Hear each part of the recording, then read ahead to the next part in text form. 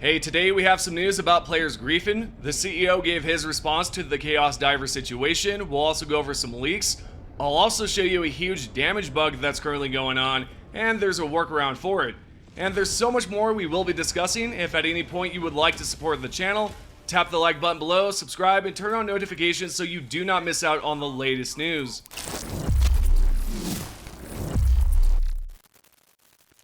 Well, things are getting worse for Arrowhead and Helldivers 2 players alike. A recent major order was hacked and was instantly completed, and now players are grieving other players. If you're not aware, there's a new faction created by players known as Chaos Divers, whose sole purpose is to grieve players through team killing, grabbing samples, and dying out of bounds or in the ocean, making the samples inaccessible. I'm not too sure how many of you have noticed this recently, but things are starting to look grim. The faction was created as a rebellion against the developers following the recent flamethrower nerf, as well as all the other nerfs that were included in the Escalation of Freedom update.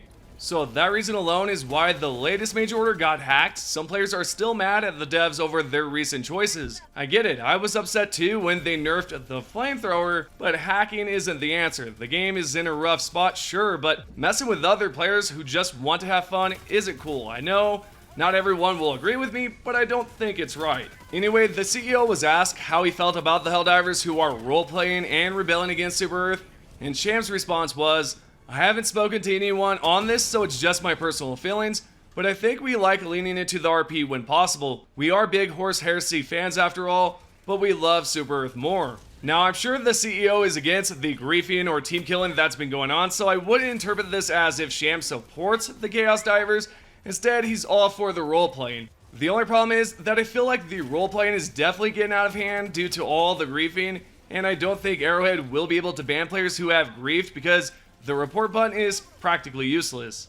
The reason being is there's no way to report players who are specifically team killing, and even Arrowhead has mentioned it's hard for them to go through all the reports without the proper tools, which is why they were going to use PSN link.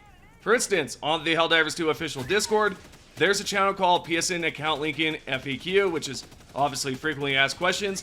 Right here, the question says, what's the benefit of having a PlayStation Network account? And the answer is, account linking provides a consistent and reliable means of reporting, moderation, actioning, and appeal for all Helldivers 2 players. We take online safety seriously, and this is our main way to protect players from griefing and abuse by enabling the banning and suspension of players that engage in that type of behavior. By linking accounts, you have the benefit of our extensive support team infrastructure for reporting these bad actors, and our appeals process if you are banned suspended.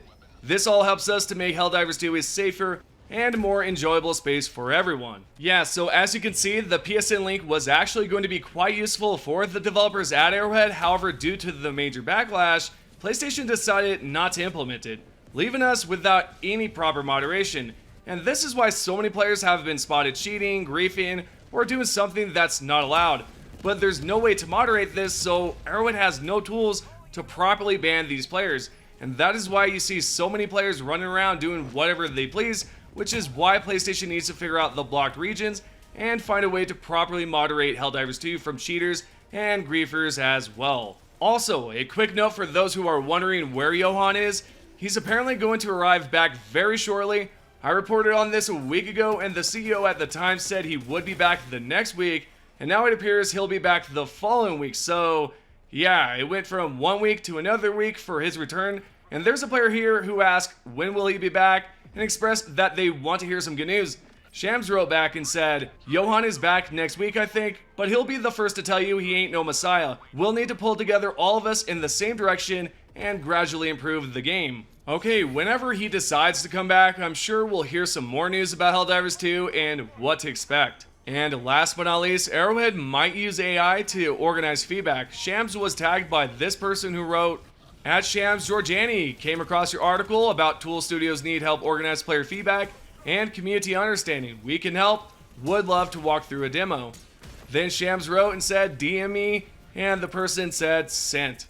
Then this right here, another player commented and said, AI is not the solution, and Shams said, we've got like 20 different services under evaluation, no of any good. Now my question for you all is, what do you think about Arrowhead using AI? Is it a good idea or not? Let me know down below. Moving along, in the previous video I talked a little bit about some bugs that have been popping up lately, and one of you mentioned that shooting forward while diving inflicts a lot more damage than just shooting normally while standing up. So I decided to test this out and see exactly what's going on. I'll show you an example right here with the Eat Stratagem. I also have a charger here that I will be essentially using as a guinea pig. What I'll do here is I'll target the left leg while standing, and you'll notice right away the armor on the charger's left leg is still there. Now if you were to jump forward while shooting, you'll notice there's a lot more damage inflicted because the armor on the right leg has now been removed. So what I suggest you do now is use the eats or any weapon for that matter while diving, because as you just saw, the damage increased quite a lot, enough to remove the armor. Now, the developers are fully aware of this bug because the CEO responded to a player that brought this bug up, and Shams replied, "This is known and will be fixed." Okay, it's going to be resolved, but if it's not in the next patch, then it should be in the one after that. And speaking of patches, there's going to be a series of them released, so expect more updates within the next 60 days. The CEO mentioned this previously, but it was also brought up on the Discord by a support team member, Biomes, who said, "Yes, this is true, it's not one update coming in 60 days, it's a series of patches as normal, and we hope to have things taken care of within that time," as Shams has said. And like I said, expect more updates. There could be one next week or the week after, because it's not just one big update that will be arriving in 60 days. Hopefully this clears up any confusion as of late, and it should be quite interesting to see what will be changed and improved. Make sure you are subscribed and have notifications on, because I will be covering this as soon as possible.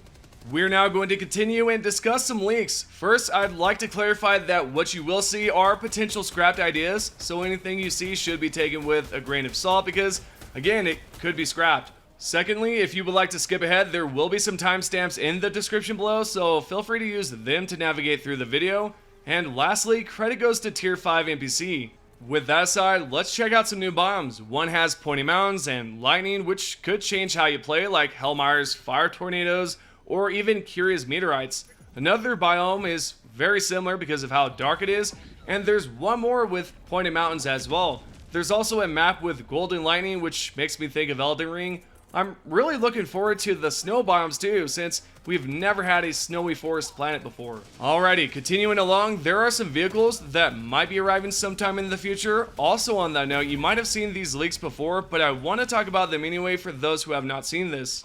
With that being said, starting off with number 1, we have a Humvee. This right here, Tier 5 NPC as noted, will be similar to a Halo Warhog. I actually like this idea so much because I'm a fan of Halo and have been since I was little, so to see that there could be a vehicle similar to it is pretty exciting. The second vehicle is a 6-wheeled armored vehicle that could have some weapons on top. After this, we have what appears to be a mission objective vehicle that might not be an actual vehicle to ride in. Now, to be quite fair, I mean, it would be quite hilarious to see a bunch of Helldivers in a U-Haul type of truck. However, I do not think that's going to happen. Also, there's another vehicle icon here that I don't think is going to be accessible, and it might be an objective as well. The reason I say that is because this looks very similar to the Automaton spider bot concept art, and I think that's what this will be. And last but not least, we have a Pelican Overwatch. Tier 5 NPC noted that this could be similar to an AC-130, and I like the idea that we can summon down a Pelican that will watch over us, but if it's not watching over us, are we going to be able to control the weapons on the vehicle? It'll be interesting to see how it works and performs. With that said, we're now going to talk about the weapon customizations. Right here, this is what Tier 5 NPC has stated. Weapon parts, do note these could simply be weapon engine parts to make new weapons, however, why have atomic variants and senator barrel variants? In this image, you will see there are different stocks, barrels, sights, and even grips. The next image shows that there are a few ammo types. For instance, we have radioactive ammo, as well as incendiary, stun, sleep ammo, and so forth. Now, if there is weapon customizations, I don't think this is something we'll see anytime soon, especially with all the issues going on with the recent backlash, bugs, nerfs, and all that crap.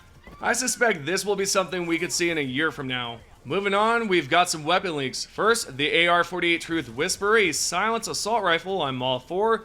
Then there's the AR-20L Justice, back from the very first game, known for its strength and melee.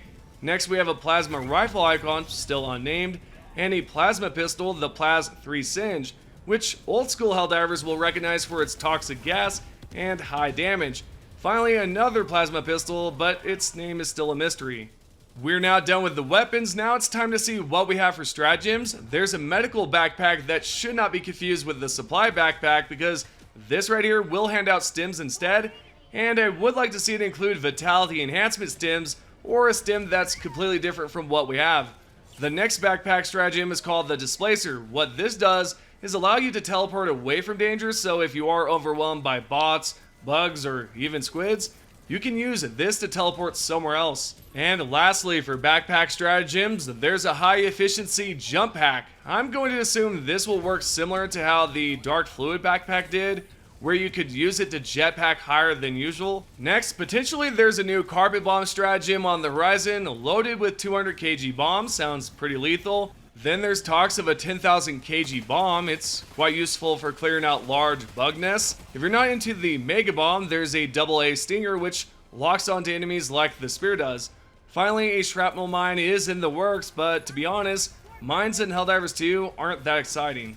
Alright, so we've talked about bombs, weapon customizations, weapon stratagems, and lastly we have to talk about the 3 different hive elites. The first elite will be a Dust Devil, not too much to say about. The next one is a mutated Hive Volatile, and the third and final one is called the Hive Dragon.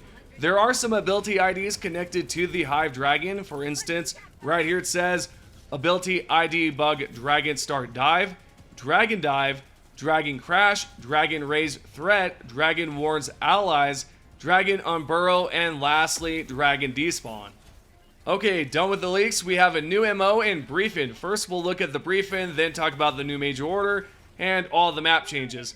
Here's what the briefing says. While our attention has been diverted by the gloom, the Automatons have crept closer to Super Earth. We will not tolerate the menacing of any Super Earth citizens, but especially not high classification citizens in the developed worlds, whose commitment to manage democracy has been proven beyond doubt. The Helldivers will launch an assault on the Automatons to push them away from Super Earth. Those who have submitted counterfeit samples in a recent major order have been reassigned to chemical weapon facilities, where they will be given the opportunity to repay their debt to freedom with strenuous labor. Intel indicates that additional automaton attacks are expected within the next few days. Remain vigilant and defend against any further automaton incursions. So there is some talks about chemical weapon facilities. So does that mean we're going to receive a toxic war bond? Anyways, let's talk about this next MO here. So this major order seems like the easiest one yet. We just have to take over Curia and then that's it. Then Tarsh becomes ours too automatically. And when it comes down to the automatons, it's going to be quite easy. You know, just defend 3 planets, take over Curia, and that's it. Now, aside from the automaton push, the spore cloud on the right side is moving in a weird direction. It looks like it's heading towards where Meridia used to be, and that is now a black hole. So let's say the black hole leads to the Illuminate homeworld, then that means we have sent an entire super colony, and now we're going to be sending a huge spore cloud.